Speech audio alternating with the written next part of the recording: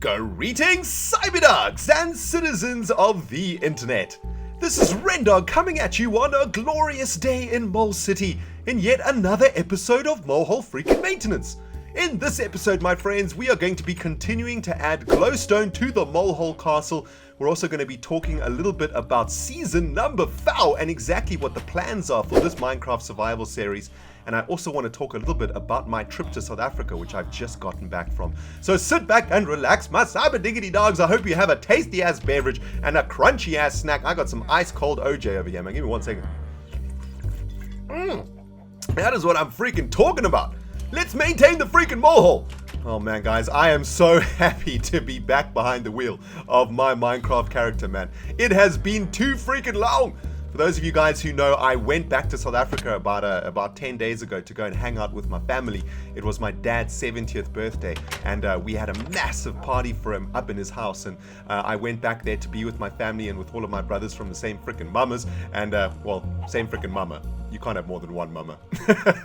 But it was absolutely awesome. But it does mean that I have been out of Minecraft, or I haven't been able to play Minecraft for ages. In fact, this is the very first time that I have played Minecraft in like 2 weeks, man. And let me tell you something, my fingers are twitching. Damn, man, life without Minecraft is no life at all. That's all I'm going to say. And some of you might say that I'm a loser for saying that. But you know what? So be it, man. My life without Minecraft, I don't know. It just feels empty. It just doesn't feel right. And I just feel so good to be back here in the molehole, man. And guys, at the end of the last molehole maintenance episode, we were adding some glowstone to the molehole castle. And that is exactly what I'm going to continue to do now. And I had a thought.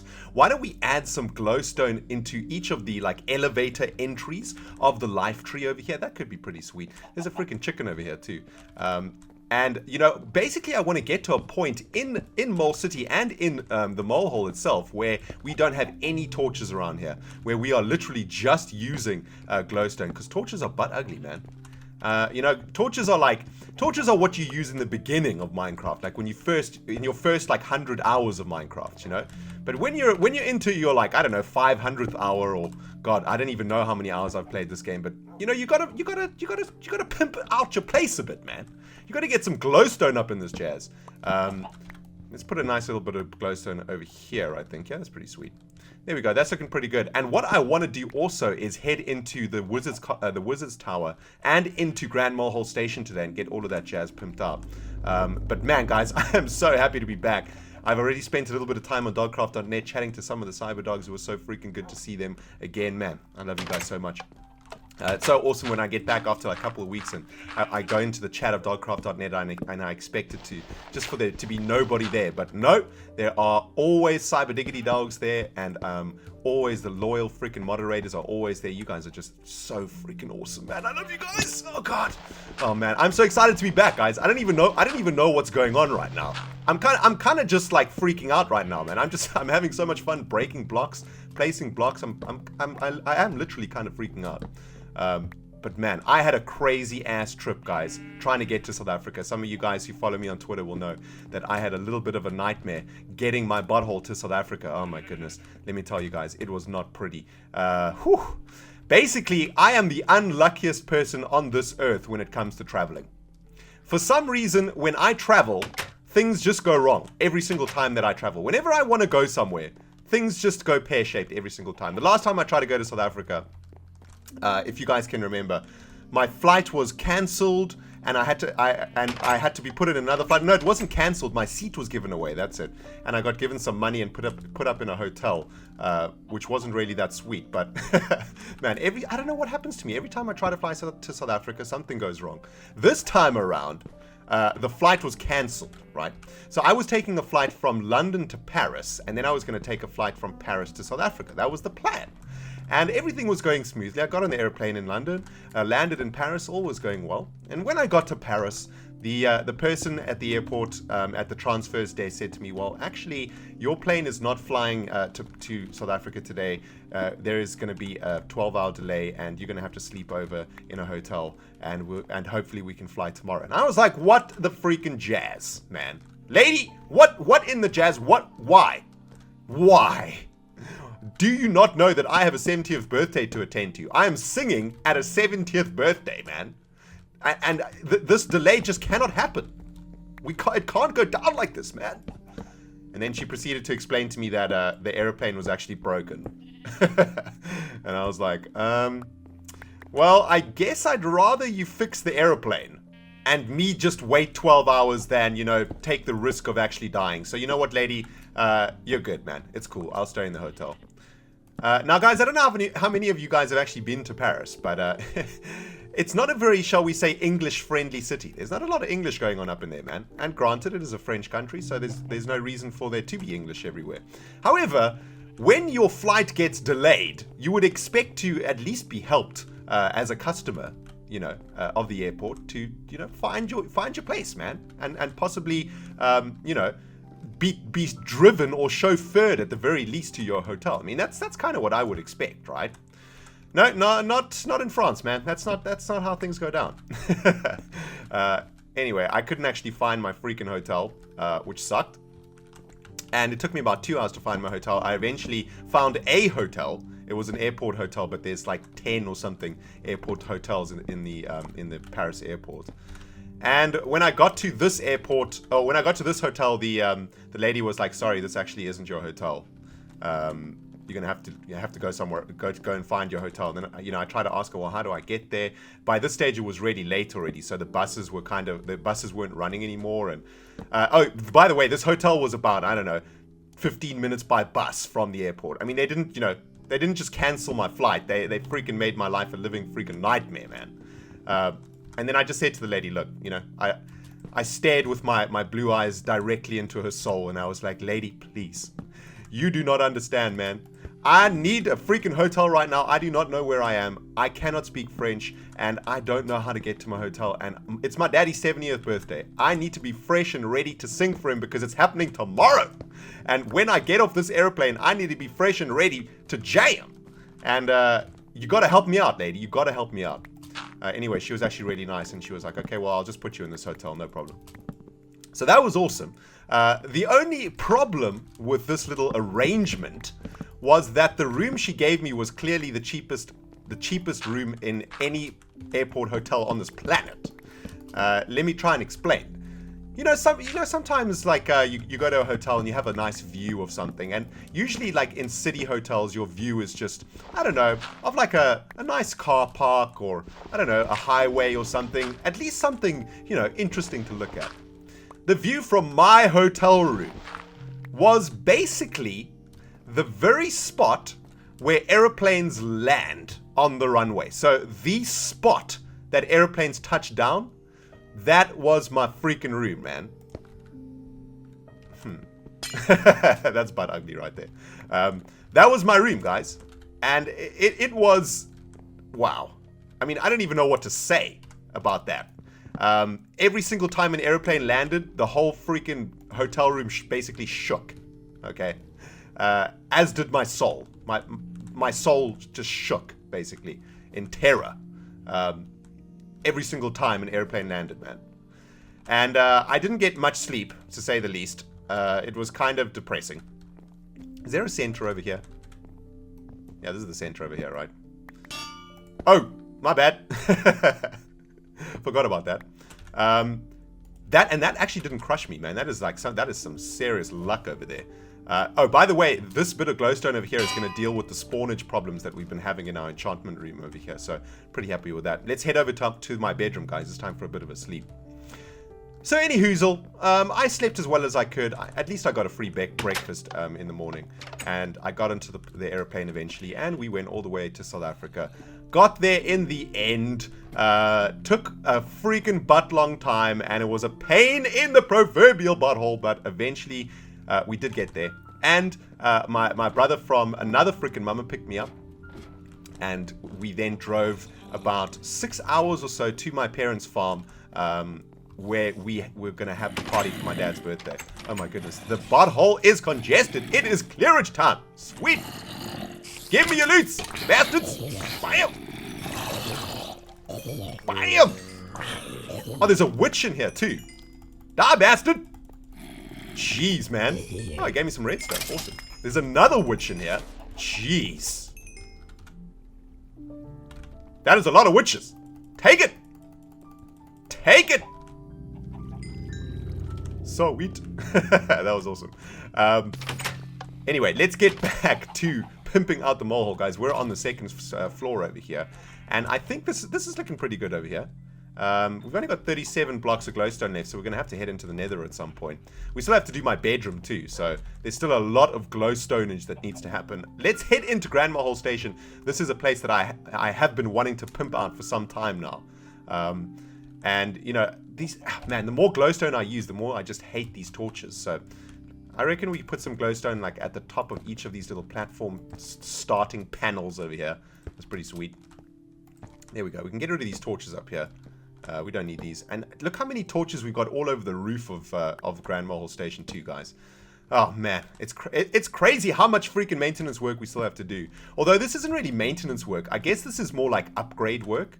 You know, this is like upgrading the Molehole Castle with some new fancy lights rather than anything else, I think.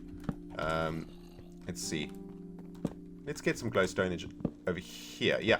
I like using glowstone at the top of like pillar structures like this. I think it's a pretty smart way to use glowstone. I think it looks pretty sweet.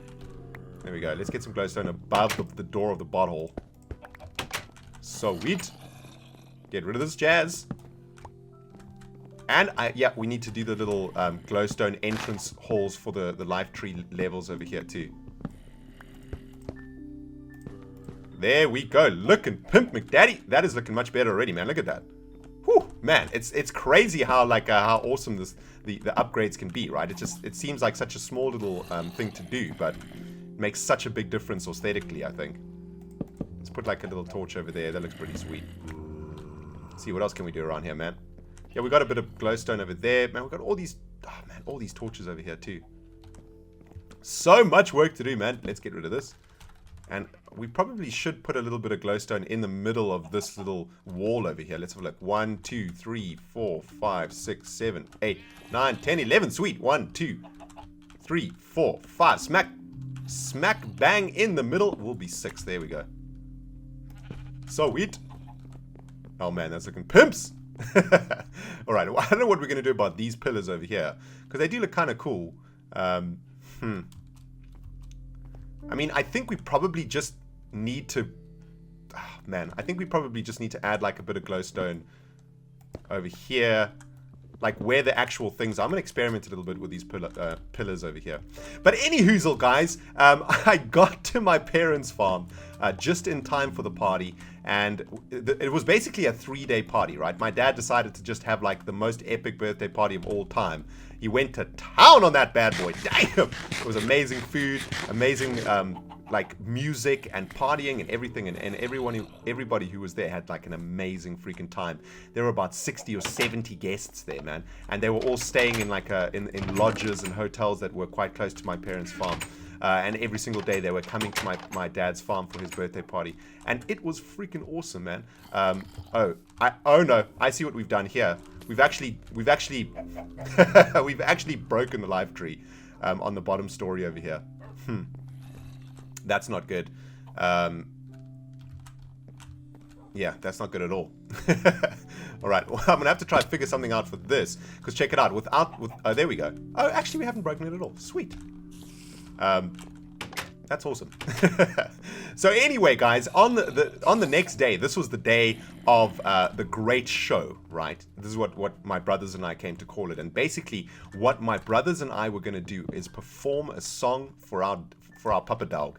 And we had been practicing the song on our own, and for the very first time we got together and we managed to practice the song, and we only had about 2 hours or so to practice. Now the brothers that I did this song with was of course the real Goxie, my brother from the same freaking mama, and my other brother, who you guys will be familiar with if you watched my my previous like vlog video that I made of my trip to South Africa. And of course his name is Schmiddy, and man, he is another brother from the same freaking mama. He's actually the youngest of all the brothers, and he is freaking awesome, and he made some awesome music which I used in a video that I made of my trip to South Africa. Guys, if you haven't seen that video yet, go check it out. And if you want to hear some sick ass beats, man, man. Go listen to my brother from the same freaking mama, Schmitty, man. He is one talented DJ. He's making some sweet ass beats.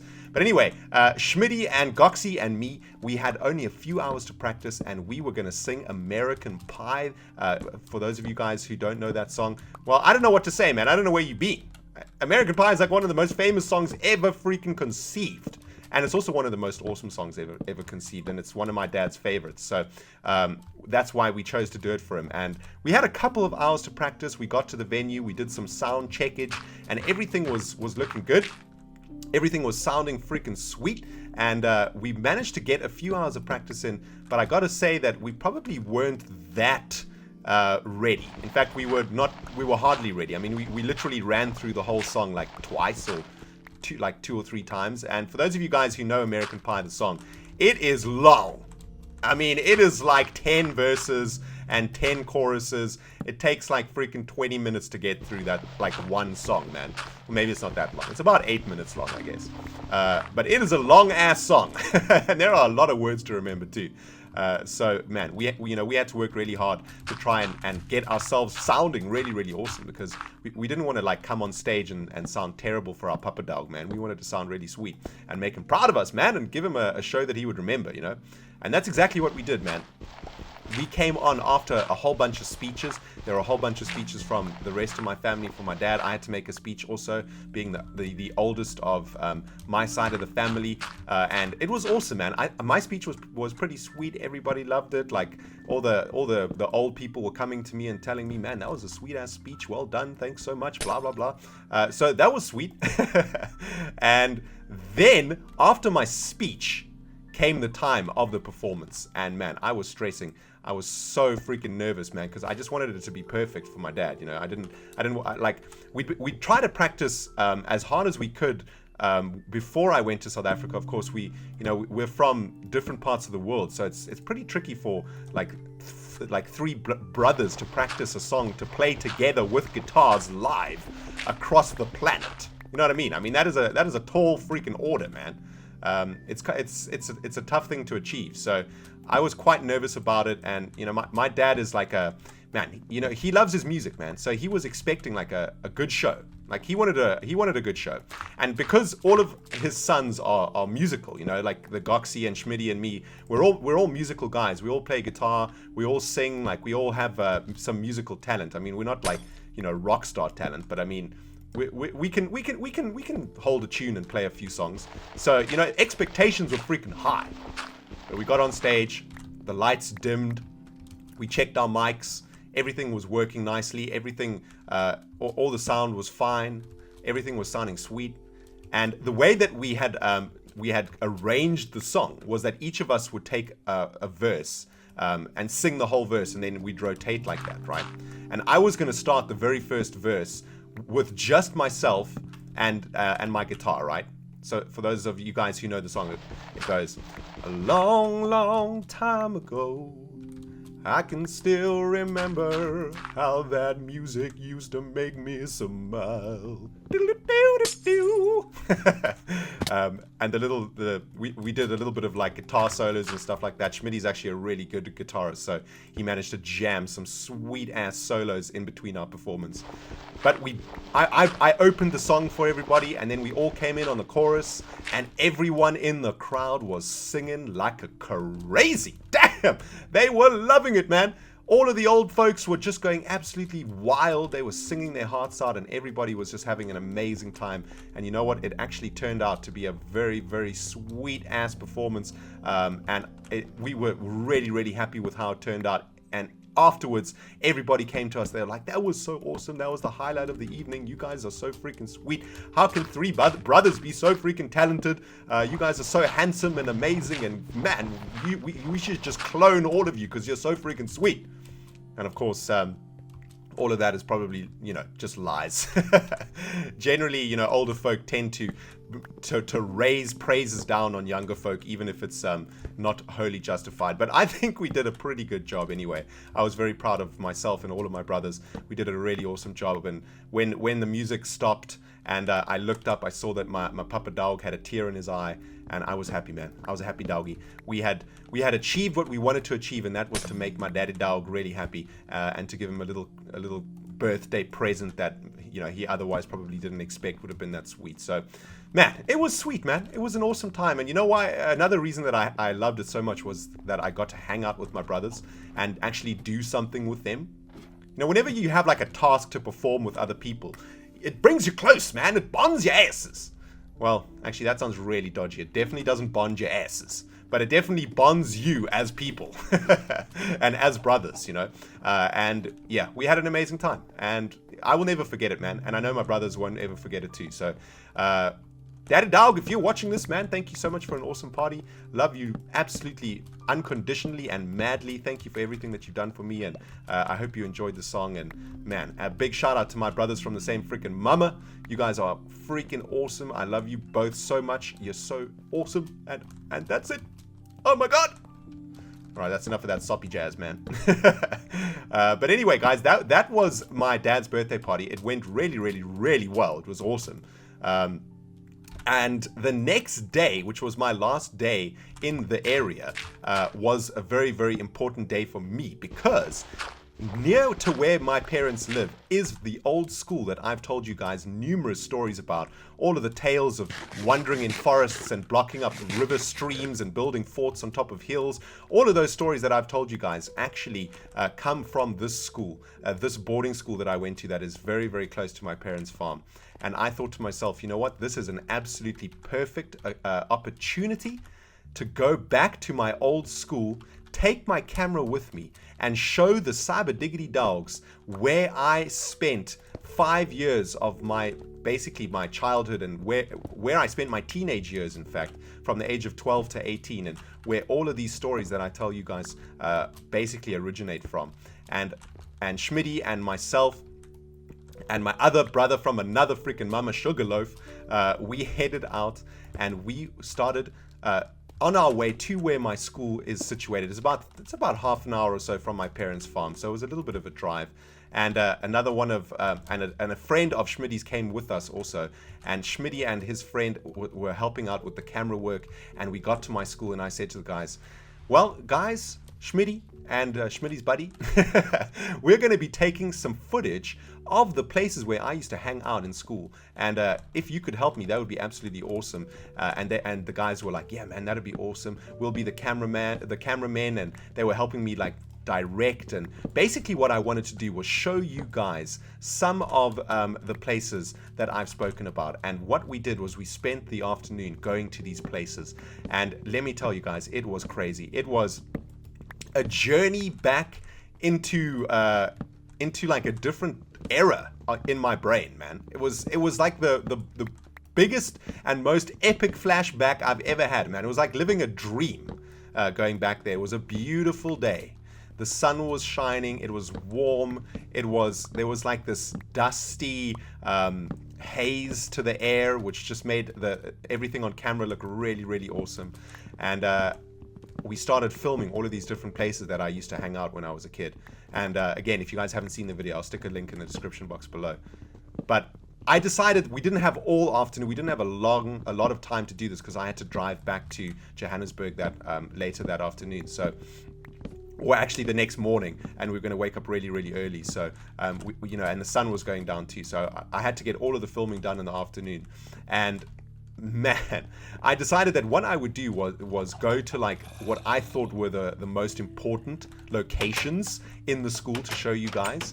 And some of those locations I've spoken about many times in my videos. So I really hope that for those of you guys who watched that video, and especially for you cyber dogs who have been watching my videos for a long ass time, I hope that the video showed you some places that I've spoken about and helped you like visualize the places that I've spoken about. But the places that I went to were really important to me, and it was so awesome going back to them. So the places that I went to, the first place that I went to was the Valley Observation Spot. Now this is a spot all the way at the top of the valley that houses the stream that I used to block up, right?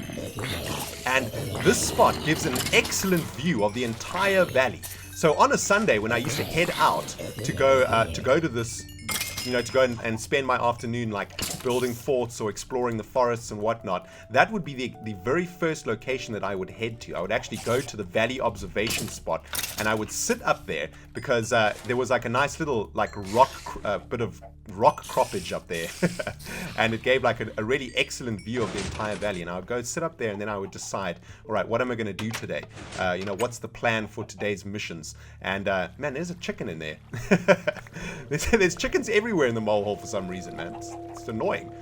Picked up a nice golden helmet over here though. Check it out. Protection 3, Unbreaking 3. Damn, that is a freaking sweet helmet over there, man. So anyway, yeah, I filmed the very first thing that I filmed was the valley observation spot, and I just sat there for a couple minutes and just remembered what it was like to be 12 years old again, like sitting there looking over the valley, deciding like what game I would be playing on that day. And man, it was so awesome. It just brought back so many memories. Now I also got a nice bit of footage of the actual valley stream. You guys can actually see it in the video.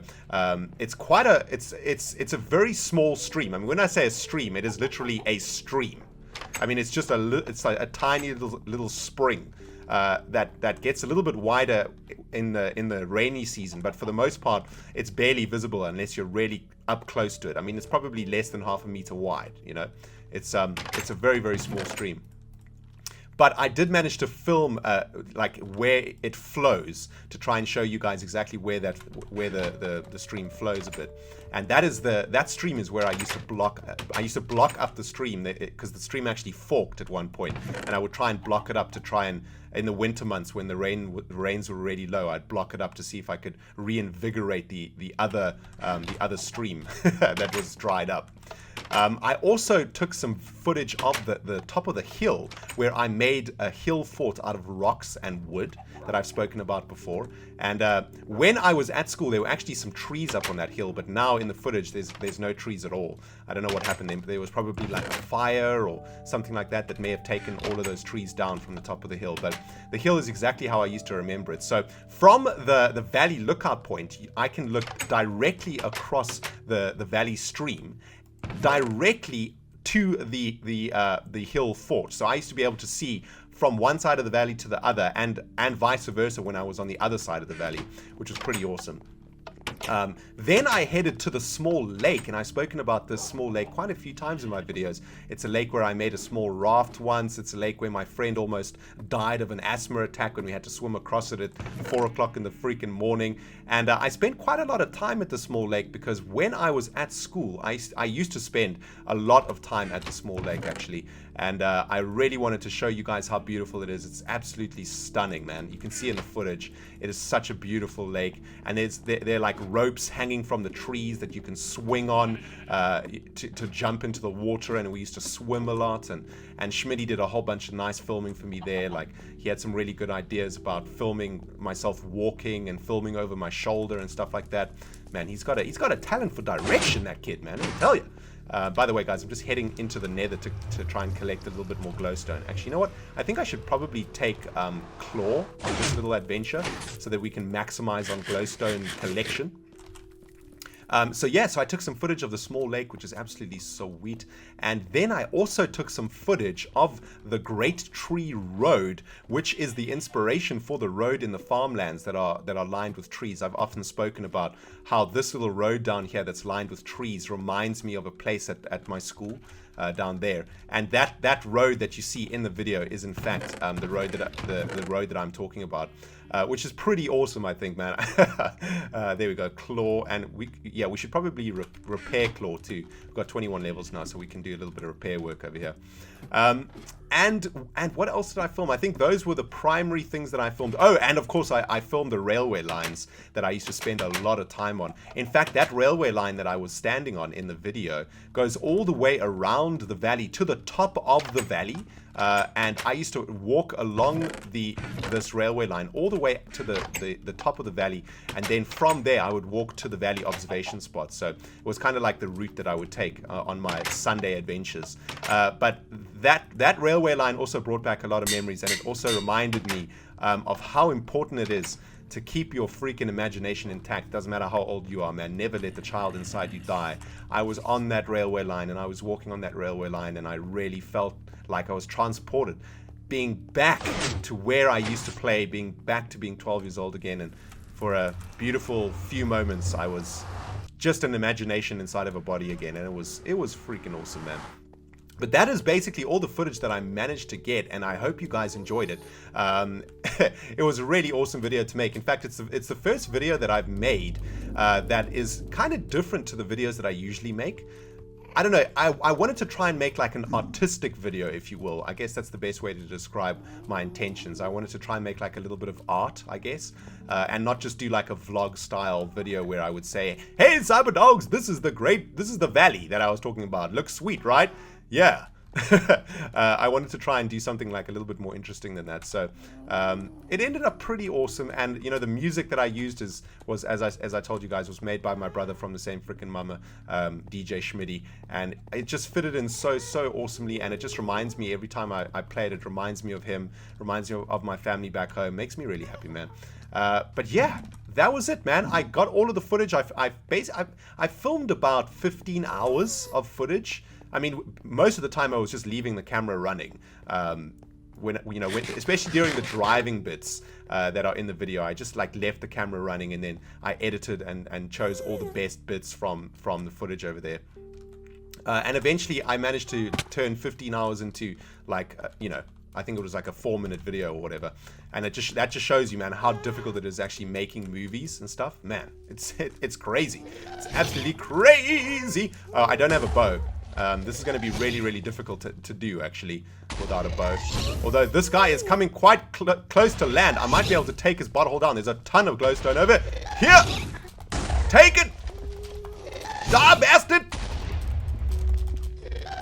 I think we're going to have to make like a little... a noob evader. Oh my goodness. There we go. Yeah! Sweet! Whew, man, that was intense. Who says nothing happens in Molehole maintenance, man? That was crazy. Jeez. I've been thoroughly freaking distracted, man. Give me 1 second.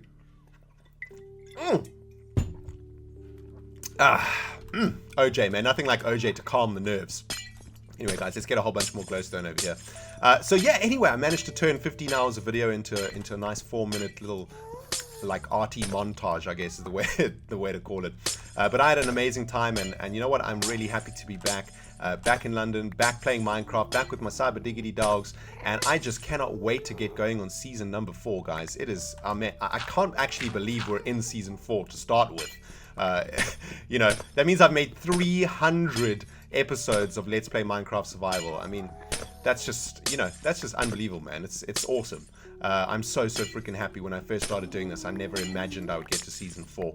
But here we freaking are, man. And we're in Molehole maintenance right now, and we still have quite a lot of work to do, I think, before we start season 4. Now, a question that I wanted to pose to you cyber diggity dogs in this video is regarding season 4, and the main question that I have to ask is about whether to start season 4 now, like literally this week, or wait for Minecraft 1.8. We know that Minecraft 1.8 is going to be bringing a whole bunch of awesome new features to Minecraft, including new villager mechanics and a whole bunch of other jazz. There's a new block called a slime block, I think, and a whole bunch of other new stuff, which is going to be really awesome. And generally what's happened in the past is we've generally started a new season with a new big patch. It's basically how it's always worked out. I haven't planned it that way. It's just that's how it's usually worked out. So, I don't know whether or not to do the same thing over here, whether we wait for season 4 or not. But I'm thinking that we should probably just wait for season 4. Wait for Minecraft 1.8 and do some like Molehole maintenance and some Feed the Beast and stuff.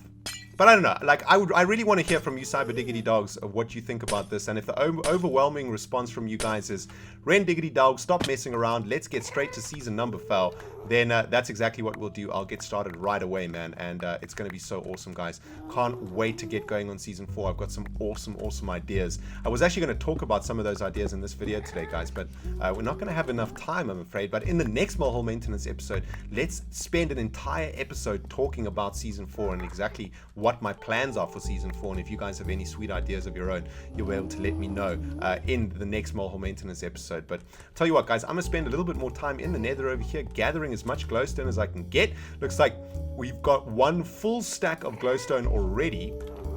Let's just get that crafted, but that's definitely not going to be enough. I think we're going to need at least like 3 or 4 more stacks of glowstone so that we can get the entire of Mole City and Rentopia pimped out to the maximum. So guys, I tell you what, it has been almost 40 minutes in this video now, so I'm going to say goodbye, but so good to be back, guys. I wanted to make a nice long ass video for you guys today because it's been a while for me too, and this is just what I love doing, and I'm so happy to be back doing it, man. It's so awesome. Hope you guys have enjoyed the video. This has been ReNDoG playing some Minecraft Molehole Maintenance Survival. We will see you in the next episode. Goodbye, my friends!